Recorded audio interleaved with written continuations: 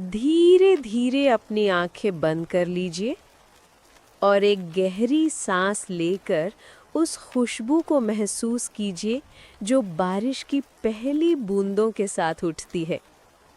क्या आपने कभी कॉफ़ी का वो प्याला याद किया है जिसमें हर घूंट के साथ कोई पुरानी याद जाग उठती है?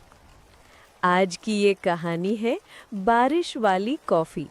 एक ऐसी रात जहां बारिश, यादें और पुराने रिश्ते मिलकर आपके दिल में एक सुकून भरी हलचल ला देंगे। तो बस आराम से लेट जाइए और अपनी पलकों को ढीला छोड़ दीजिए। कहानी अब धीरे धीरे आपकी आंखों में मीठी नींद उतारने वाली है। बारिश की वो पहली हल्की बूंदें जैसे ही शहर की सड़कों पर गिरनी शुरू हुई, काव्या की आंखों में एक अलग सी चमक आ गई। बड़े शहर में रहते हुए उसे 2 साल हो चुके थे, लेकिन बारिश हमेशा उसके लिए किसी पुराने सपने जैसा एहसास लेकर आती थी। जैसे किसी ने उसके दिल पर दस्तक दी हो और कहा हो, चल थोड़ी देर के लिए रुक जा, सांस ले और बस महसूस कर। उसने अपने छोटे से स्टूडियो अपार्टमेंट की खिड़की खोली, हल्की सी ठंडी हवा अंदर दाखिल हुई और उसके चेहरे को छूते हुए मानो बोली, तू अकेली नहीं है। उसने आंखें बंद करके गहरी सांस ली। उसकी पसंदीदा हल्की खुशबू वाली कॉफ़ी का मग उसके हाथों में था। वही पैस्टल पिंक मग जिस पर उसने खुद छोटे बादल और एक इंद्रधनुष पेंटेड किया था। कॉफ़ी की खुशबू और बारिश की मिट्टी की सुगंध मिलकर एक ड्रीमी फीलिंग बना रही थी। काव्या अब लगभग 26 साल की थी और एक क्रिएटिव ग्राफिक डिज़ाइनर के तौर पर फ्रीलांस करती थी। बाहर से सब कुछ आर्टिस्टिक और कलरफुल लगता था, पर भीतर कहीं एक खालीपन था जिसे सिर्फ ऐसे मौसम ही भर पाते थे। उसने सोफ़ा पर बैठते हुए अपना पुरानी किताबों वाला वुडन बॉक्स खोला। उसमें डायरीज, पोस्ट कार्ड, कुछ ड्राइड फ्लावर्स और कॉलेज के ज़माने के फ़ोटोज़ थे। उसने एक पुरानी डायरी निकाली, वही डायरी जिसमें वो कॉलेज के दिनों से अपनी फीलिंग्स लिखा करती थी। अधूरी कविताएं, छोटे सपने, डूडल्स और कॉफ़ी के दाग। काव्या ने डायरी का पहला पन्ना खोला और हल्का सा मुस्कुराई। वहाँ लिखा था, जब बारिश की बूंदें खिड़की से टकराती हैं, तब लगता है जैसे जिंदगी कुछ कहना चाहती है। बारिश और डायरी समहाउ हमेशा साथ चलते थे। कॉफ़ी का एक घूंट लेते हुए उसे याद आया कॉलेज का वो वक्त, जब वो और उसकी बेस्ट फ्रेंड निशा बारिश के मौसम में कैफ़े के विंडो सीट पर आवर्स बैठकर बातें करते थे और ज़िंदगी के फ्यूचर के सपने शेयर करते थे। उसी कैफ़े के कोने वाली खिड़की पर उसने पहली बार अयान को देखा था। लंबे कद वाला, काम आइज़, लाइट बियर्ड और एक थॉटफुल स्माइल।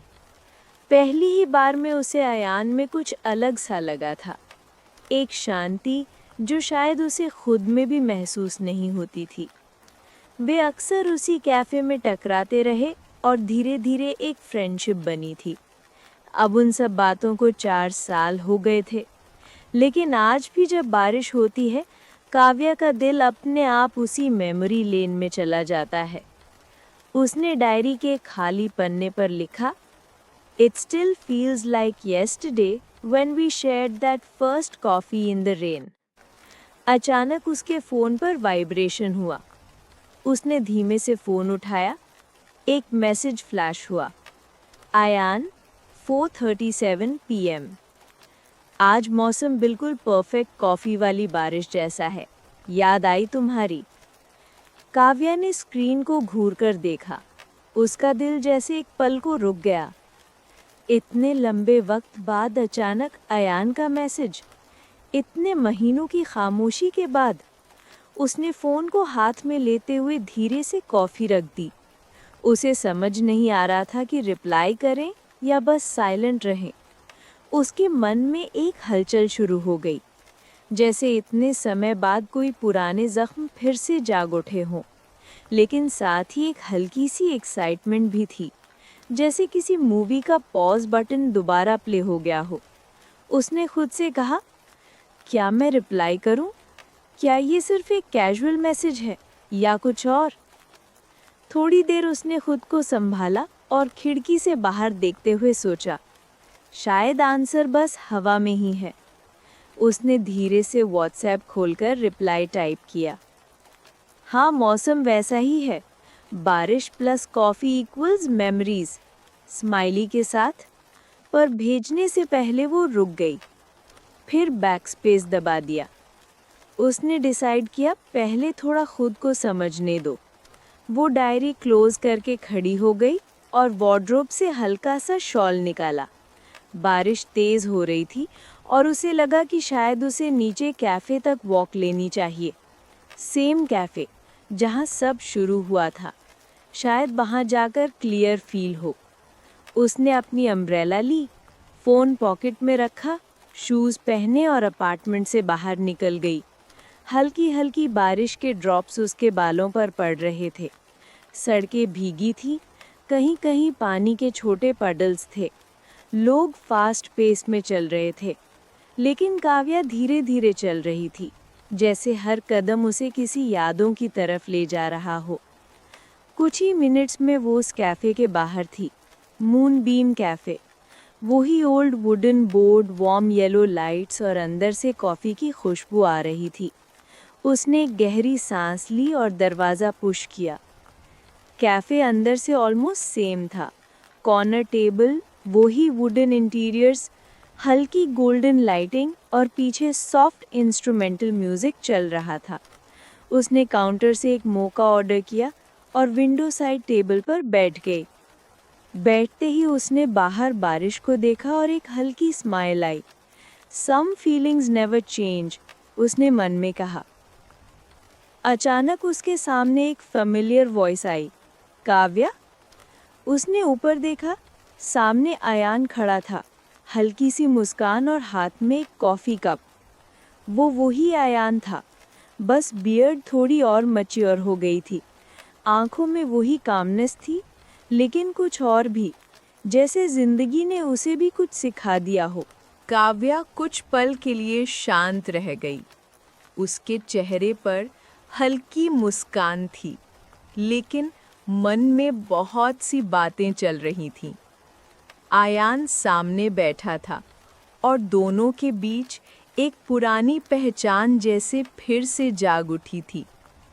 बाहर धीमी बारिश हो रही थी और कैफ़े के अंदर हल्की रोशनी और कॉफ़ी की महक फैली हुई थी। आयान ने धीरे से कहा, इतने समय बाद फिर से यहीं मिलना कुछ अजीब सा लगता है, लेकिन अच्छा भी। काव्या ने आंखों में हल्की नमी लिए कहा, हाँ, शायद कुछ बातें अधूरी रह गई थीं, जो आज फिर से सामने आ रही हैं। कुछ पल दोनों बिना बोले बैठे रहे, सिर्फ खिड़की से टकराती बारिश की आवाज़ और उनके दिलों की धड़कनें सुनाई दे रही थीं। आयान ने फिर शांत स्वर में कहा, मुझे पता है कि हम दोनों अपनी अपनी ज़िंदगी में आगे बढ़ गए हैं, पर जब बारिश होती थी, मैं हमेशा तुम्हें याद करता था। काव्या ने चाय का घूंट लेते हुए कहा, मैं भी हर बारिश में वही पुराना एहसास महसूस करती थी, पर शायद हम उतने हिम्मत वाले नहीं थे कि बात करें। आयान ने अपनी नज़रों को झुकाते हुए कहा, कभी-कभी डर होता था कि अगर मैंने दोबारा बात की तो शायद तुम मना कर दो। मुझे लगा तुम अपनी नई जिंदगी में खुश होगी। काव्या ने मुस्कुराते हुए कहा, खुश तो थी, पर पूरी नहीं। दोनों मुस्कुरा दिए, जैसे दिल ने स्वीकार कर लिया कि जो महसूस किया था वो सच्चा था। थोड़ी देर बाद आयान ने कहा, चलो आज फिर थोड़ा चलें बाहर बारिश में, जैसे पहले चलते थे। काव्या ने सिर हिलाते हुए कहा, हाँ, मुझे भी अच्छा लगेगा। दोनों ने कप खाली किए और बाहर निकल गए। बारिश थोड़ी धीमी हो गई थी। सड़कें भीगी थीं और लैंप पोस्ट की रोशनी पानी में चमक रही थी। वे दोनों बिना छाता लिए धीरे धीरे चलते रहे। आयान ने कहा, जानती हो, जब मैं पहाड़ों में अकेला घूमता था तो वहाँ भी बारिश होती थी और मुझे हमेशा लगता था कि कोई कमी है, जैसे एक हाथ जो मेरा हाथ पकड़े। काव्या की आंखों में चमक आ गई। उसने धीरे से कहा, शायद वो हाथ मैं ही थी, बस हम दोनों ने कभी कहा नहीं। बरसात की वो ठंडी हवा, भीगी हुई मिट्टी की खुशबू और उनके दिलों की आवाज़ें, ऐसा लग रहा था जैसे समय कुछ देर के लिए रुक गया हो। दोनों ने एक दूसरे की तरफ देखा और हल्की मुस्कान के साथ आगे बढ़ते रहे। बारिश अब थोड़ी हल्की हो चुकी थी, लेकिन हवा में वही कीचड़ और मिट्टी की नम खुशबू मौजूद थी। काव्या और अयान सड़क के किनारे चलते हुए एक छोटे से पार्क में पहुंचे। पार्क लगभग खाली था, बस कुछ पेड़ और बारिश की बूंदें पत्तों से टपकती आवाज़। दोनों एक लकड़ी की बेंच पर बैठ गए। चारों तरफ हरियाली और बारिश से धुली ज़मीन की ताजगी थी। काव्या ने गहरी सांस लेकर कहा, कभी कभी लगता है जैसे मैं पूरी तरह मजबूत बन गई हूँ, अपने काम और जिम्मेदारियों में व्यस्त रहती हूँ, लेकिन सच तो ये है कि अंदर कहीं बहुत अकेलापन रहता है। आयान ने शांति से उसकी बात सुनी, उसकी तरफ देखा और बोला, मैं भी ऐसा ही महसूस करता हूँ। मैं पहाड़ों में जाता हूँ, नई जगहों की फ़ोटो खींचता हूँ। लोग कहते हैं कि मेरी ज़िंदगी बहुत सुंदर है, मगर जब रात को अकेला होता हूँ और बारिश होती है, तब तुम्हारी याद बहुत आती है। काव्या की आंखें भर आईं। उसने धीरे धीरे कहा, शायद हम दोनों अपनी मुश्किलों से भागकर नई जगहें ढूंढ रहे थे। तुम प्रकृति में चले गए और मैं काम में डूब गई। अयान ने हंसते हुए कहा, और आज दोनों फिर से बारिश में आकर उसी जगह बैठे हैं। कुछ पल दोनों फिर शांत रहे। उन्हें सिर्फ बारिश की धीमी आवाज़ सुनाई दे रही थी।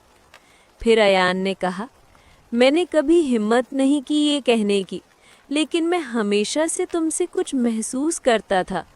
मैं बस समझ नहीं पा रहा था कि ये अपनापन है या कुछ और जब तक समझा तब तक बहुत देर हो चुकी थी।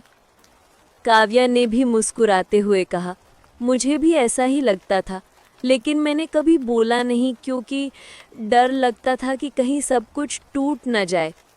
दोनों धीरे से हंस पड़े, जैसे दो टूटे दिल पूरे वक्त एक दूसरे को ढूंढ रहे थे और अब मिलकर खुद पर मुस्कुरा रहे थे। उसने फिर कहा, क्या तुम्हें लगता है कि हम इस सब को एक दूसरा मौका दे सकते हैं? कोई जल्दी नहीं, बस धीरे धीरे, जैसा सुकून देने वाला रिश्ता होता है। अयान ने उसकी आंखों में देखा और बोला, बहुत शांत होकर, हाँ बिल्कुल, मैं किसी बड़े नाम या रिश्ते की जल्दी में नहीं हूँ, बस सच और सुकून के साथ आगे बढ़ना चाहता हूँ, जैसा भी हो, लेकिन असली। काव्या का दिल जैसे हल्का हो गया। आज की बारिश ने ना सिर्फ बीते हुए पलों को याद दिलाया, बल्कि एक नई शुरुआत का दरवाज़ा भी खोल दिया। थोड़ी ही देर बाद अयान बोला, चलो मैं तुम्हें एक जगह दिखाता हूँ। यहीं पास में एक पुरानी किताबों की दुकान है, मेरी सबसे पसंदीदा जगह। काव्या की आंखों में फिर वही चमक आ गई। बारिश और पुरानी किताबें, इससे प्यारा और क्या हो सकता है? दोनों उठकर फिर धीरे धीरे पार्क से बाहर निकलने लगे। बारिश की बूंदें अब भी गिर रही थीं, पर इस बार वो ठंडी नहीं लग रही थी, बल्कि किसी शांत संगीत की तरह महसूस हो रही थी। ऐसा लग रहा था जैसे मौसम खुद उन्हें एक नई कहानी लिखने के लिए कह रहा हो। काव्या और आयान धीरे धीरे चलते हुए उस पुरानी किताबों की दुकान तक पहुँचे।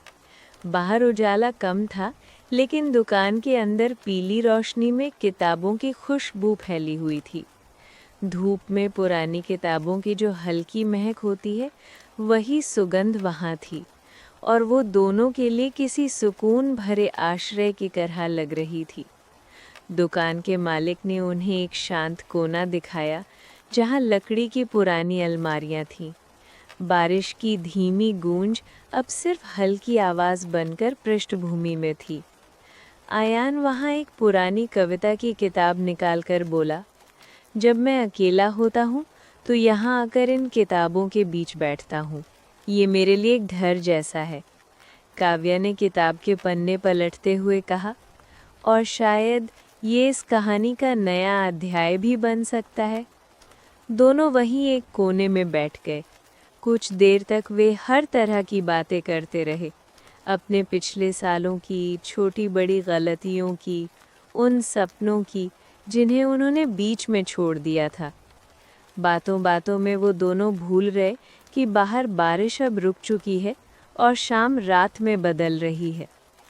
थोड़ी देर बाद दुकान का मालिक मुस्कुराकर बोला, अब मैं दुकान बंद करने जा रहा हूँ। दोनों ने एक दूसरे की ओर देखा और मुस्कुराए, जैसे ये रात उनकी नई शुरुआत की गवाह बन चुकी थी। बाहर आकर दोनों ने देखा कि बारिश थम गई है और आसमान में बादलों के बीच से चांद धीरे से झांक रहा है। ठंडी हवा चल रही थी, लेकिन अब वो ठंड दिल में नहीं लग रही थी। आयान ने धीमे से कहा, शायद आज पहली बार सब कुछ सही लग रहा है, बिना किसी कोशिश के। काव्या ने मुस्कुराते हुए कहा, हाँ, आज शांति महसूस हो रही है, जैसे सब कुछ धीरे धीरे अपनी जगह पर आ रहा है। आयान ने हल्की सी झिझक के साथ पूछा, क्या हम कुछ दिन बाद फिर मिल सकते हैं, बिना किसी उम्मीद और दबाव के, बस वैसे ही जैसे आज मिले?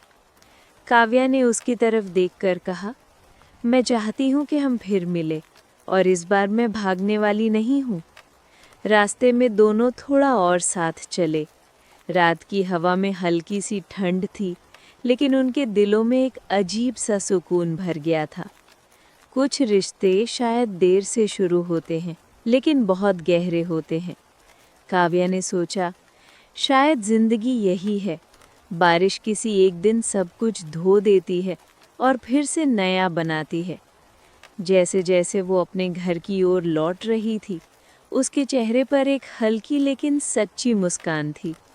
उसके कदम धीमे थे, लेकिन दिल स्थिर और शांत लग रहा था। घर पहुंचकर उसने अपना वही कॉफ़ी मग उठाया जो सुबह बारिश वाली खिड़की के पास रखा था। उसने आखिरी घूंट लिया और खिड़की से बाहर देखा। बादलों के बीच से चांद अब पूरी तरह चमक रहा था। उसने धीरे से अपने कमरे की लाइट बंद की, डायरी खोली और लिखा, आज की बारिश ने सिर्फ मौसम नहीं बदला, शायद मेरी ज़िंदगी का रुख बदल दिया। कभी कभी एक कप कॉफ़ी और एक पुराना दोस्त ही काफ़ी होता है एक नई शुरुआत के लिए। वो लिखते लिखते मुस्कुराई। कमरे में शांति फैलने लगी और एक पल में उसे महसूस हुआ कि उसकी आंखों पर नींद उतर रही है। धीरे धीरे उसने आंखें बंद की। खिड़की के बाहर बारिश की बूंदों की ध्वनि अब एक नर्म लोरी जैसी हो गई थी, और बस इसी तरह कॉफ़ी की खुशबू, बारिश की याद और एक शांत दिल के साथ उसकी रात बेहद सुकून से भर गई।